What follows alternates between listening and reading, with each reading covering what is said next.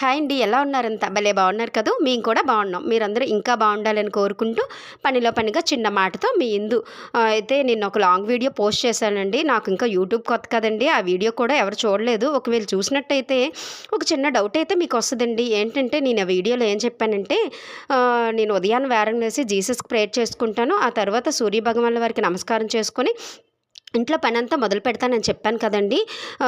దాని గురించి వివరణ ఇవ్వకుండానే ఇంకో మ్యాటర్‌లోకి తీసుకొని మ్యాటర్‌లోకైతే మిమ్మల్ని తీసుకొని ఎళ్ళిపోయానండి. దాని గురించి వివరణ అయితే ఇవ్వలేదు కదండీ! ఇప్పుడు ఇస్తానండి. ఏంటంటే మీరు అనుకోవచ్చు భానుమతి ఈ అమ్మాయి అనేసి హైబ్రిడ్ పిల్ల భానుమతి అనుకోవచ్చు. 2 కులాలు 2 మతాలు హైబ్రిడ్ పిల్ల భానుమతినైతే కాదండి నేను. హైబ్రిడ్ పిల్లను కాదు, భానుమతిని అంతకన్నా కాదండి. నేను ఇందుమతిని. మరెందుకిలా అనేసి అనుకుంటున్నారు కదండీ! అయితే సోమవారం శివయ్యని పూజిస్తాము. మంగళవారం మా ఊరు గ్రామ దేవతతో పాటు ఆంజనేయ స్వామిని కూడా పూజిస్తాం. బుధవారం అయ్యప్ప స్వామిని, లక్షవారం మా ఇంటి పేరంటాలతో పాటు మా ఊరు లక్ష్మీ నరసింహస్వామిని కూడా పూజించుకుంటాం. ఇంకా శుక్రవారం లక్ష్మీదేవిని, శనివారం వెంకన్న స్వామిని, ఆదివారం సూర్య భగవానుడితో పాటు ఏవండీ జీసస్‌ని ప్రేయర్ చేస్తే తప్పా అండి? నాకైతే తప్పు అనిపించట్లేదండి. అందుకోసమని అప్పుడప్పుడు బైబిల్ కూడా చదువుతాను.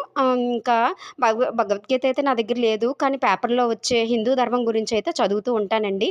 అయితే ఏ దేవుడైనా సరే బైబిల్ అయినా, ఖురాన్ అయినా, భగవద్గీత అయినా ఏదైనా సరే ధర్మో రక్షతి రక్షితః అన్న మాట అయితే నాకు బాగా ఉంటదండి. ఎందుకంటే ధర్మంగా నడిస్తే ఆ ధర్మమే మనల్ని నడిపిస్తది అనిపిస్తది.